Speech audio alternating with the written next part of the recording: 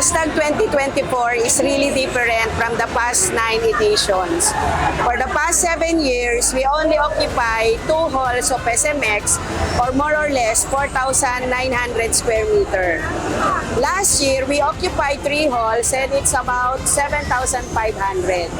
The 2024 edition is the 4 halls, more or less 9,800 square meters, and it is participated by 380 companies. Not only that, we have the major brand in the game PAL industry in the Philippines, the emerging and the market leaders.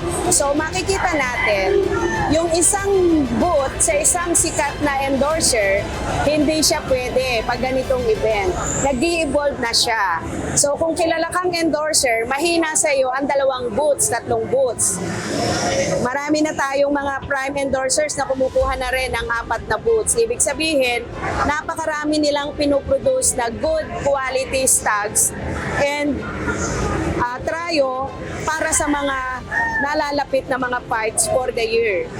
Normally, ang nag-handle lang ng mga derbies is yung mga associations, but not now. Even the local cockpits are doing their own derbies. So, masaya ako na ginagawa nila yon because it will help the game PAL industry grow faster.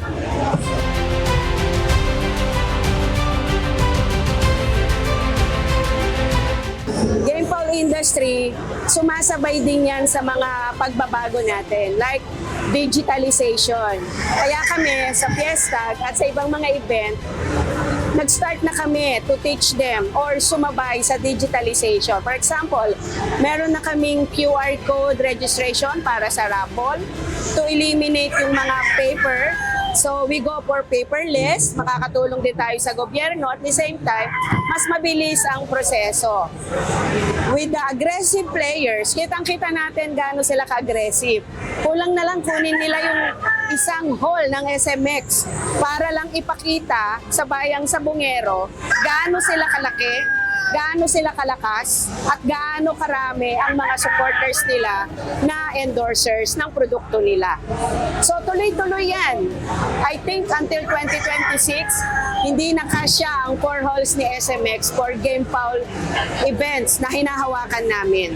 Lalaki pa yan.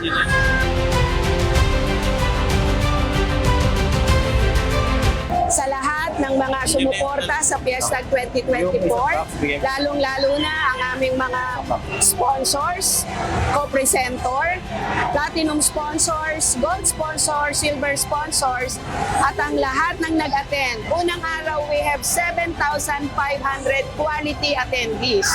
So maraming salamat sa inyo at katulong ko kayo para sa industriya na nagbibigay rin ng kabuhayan sa kapwa Pilipino natin. So mabuhay ang Fiestag, mabuhay ang bayang Sabongero.